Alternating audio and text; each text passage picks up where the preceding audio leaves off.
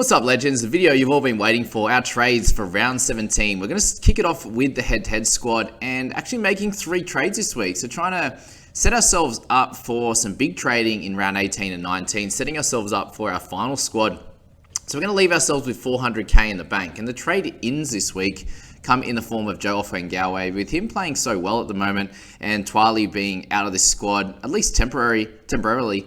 We see Joe getting that big role and big minutes in the 13. Obviously, we're not expecting scores of that 84 that he got last week, but around that 55 on a regular basis would be awesome. We also brought in Chris Lewis, who gets that starting role tonight for the Storm, and I'm expecting somewhere between a 35 and a 40 with him. And Zach Hosking comes in at that cheap price at 220k for the Broncos, who we're hoping for him to be a red dot from here on in.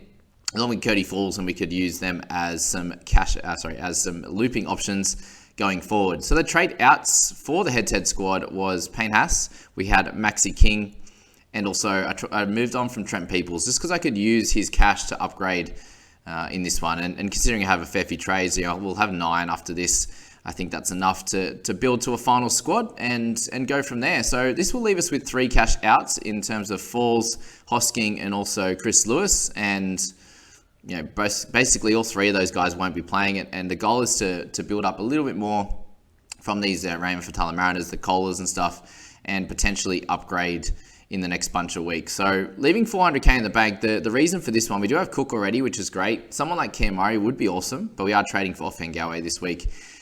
What we need to do with that 400 is pick up Nathan Cleary in 18 or 19, and that's going to be our biggest one there. So whether that's an upgrade from an injury in 18 or 19, we'll work that out, or we just have to upgrade, a Taylor May, a Kohler, for Fatala Mariner, a Jerome Hughes, whatever it needs to be, Ezra Mam, something like that. We'll be able to do that pretty close to straight swapping with 400k in the bank. We're going to need, 930? So a 530 guy straight to Cleary is going to be the goal there. So sets the team up pretty nice. Obviously, if we had a little bit more team value, we probably wouldn't have 3 guys in the 400s, which is a slight issue considering we've got 3 cash outs at the moment. So we're going to have to build up a little bit more from guys like Kohler, who we can almost straight swap them to a gun.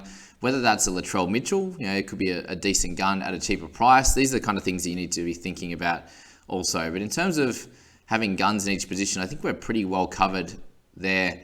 Obviously just missing out on Ewan Aiken in the centres, for example. But generally, we're in a pretty good position at this point for the head-to-head squad, who's sitting 124th overall and sitting in the top 4 in all the head-to-head matches. So, head-to-head leagues, I should say. So basically, we're looking at building our final 17, using probably those 5 trades in round 18, 19, 20, and then leaving us with 4 trades for suspensions and injuries for that last group of games, and getting a great overall rank, but also being able to win those head-to-heads to actually have a few up our sleeve just for injuries and suspensions once we've set up our final team. So that is the head-to-head squad. We move to the People's team, and a little bit contentious right now actually in the Discord. A bunch of the guys actually wanting Joe Offengawe in the side, and just by 2 votes currently we have Pap being the one that people wanted to pick. So we were looking to get both of them on the side and a cash out, but unfortunately it's just not going to be able to happen without getting 2 cash outs and using 4 trades for the guys that we'd like to move on. So Karaz goes, and also Maxi King. Maxi King goes up to Paps, and we go Karaz down to Palacia. Actually was a wanted player in this side, got the most votes by far as a cash out. So hopefully a big game from him. Captaincy goes to Isaiah Papali'i. And for those that aren't sure or haven't heard this yet, we've seen Ryan Madison succumb to an injury again and won't be playing this game. So we probably see Papali'i back at 13, which is annoying. But really, in this side, who would you look to captain other than Papali'i? It's the likes of Dylan Brown and maybe Paps, but Paps can be a little bit scary with where he was at in terms of his points on the last weekend. So yeah, Papali'i he should do a lot better than what he did last week anyway. But the issue here, a quick one, with the head-to-head squad, in terms of amount of players playing, we have 2, 5, 7, 9 there, with 5 trades remaining and 400k in the bank. In terms of the People squad, we have 1 on the bench, and then we have 4 there, 6, 7, and 8. So not ideal, to be honest with you, but we are looking at a more important time being round 18, 19, 20, setting ourselves up for final team success, and then having a bunch of trades left over for some cover in injuries and suspension. So having 7 left, we're going to be able to trade pretty hard over the next few weeks to make sure we get to our final 17 and go from there. In terms of cash outs, we've got Volkman making a little bit of money, so he's at 270. We then have Palacia and also the other cheapie being Davi Moale. So we have our 3 as a max there. There's definitely a chance that our teams get stuck in some way if there's a heap of suspensions or injuries or people don't back up in 18. That's the slight worry. But we do have guys that are coming in to cover Origin guys, which means that they could play in 18 as well. So just be aware of that. And we're missing. It's going to be Burton, Cleary, Hines just COVID, so he should be fine. And Crichton there in Origin, for example, and Teddy. Sorry, so 4 guys that potentially might not back up, but we'll just have to wait and see on that one and play it by ear. But if we need to make some trades, then we'll do that. One of those guys could get injured in Origin, and we go from there. But overall, we need to see some improvements on the people's side in their overall rank at 352. The 140k in the bank is solid for next week. We'll be able to use that to pick up a Murray, a Damien Cook, or something like that. So decent position with that. Could be a slight downgrade to one of the guns and an upgrade for a medium tier 600 and something K guy to get to a Cook. So there's going to be a few things to work out. But I think mainly we're going to be basing it off injuries and suspension. So it could be a 700k guy gets injured and we drop down to a Latrell or someone who's on the way up. There's always those guys that pop up that get a bigger role, for example, and can come out and dominate for the rest of the year. So maybe downgrade to one of them and upgrade to a top tier guy. That's generally the theory at the moment, but we're well set up in our outside backs. We're well set up in our halves, so we have a gun cover in each of them. We've got the 2 best centers in the game. Our mids and edges are in a solid position. We've got Jackson, Harris, Elliott on our interchange that would come in and cover all those positions with cover. And really the biggest thing is just having Damien Cook as the gun hooker, I think, at this stage. So generally we're in a pretty good position there to dominate.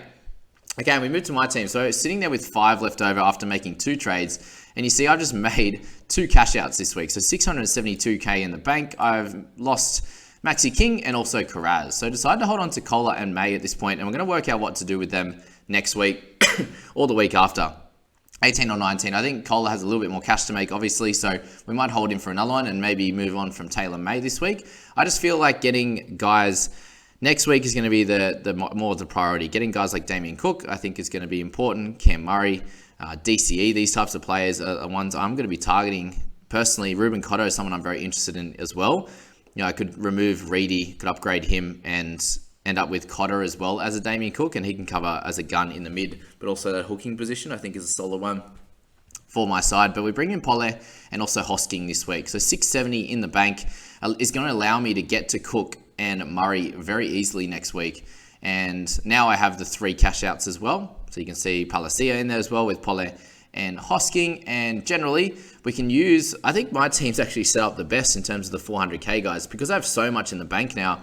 At the 670 mark, I could upgrade Kohler, I could upgrade May, I could upgrade Ezra Mam at a potential time. We can upgrade Reed Marnie, for example. They're all the things that are pretty important in this side. And DCEs and those the like that we could get to. Obviously, we've got Savage down there in the wing fullbacks. We're going to need another great wing fullback. So there's definitely a few things to do, but we have the money in terms of the players available. The 600k for Tamalolo if we don't want him as a keeper.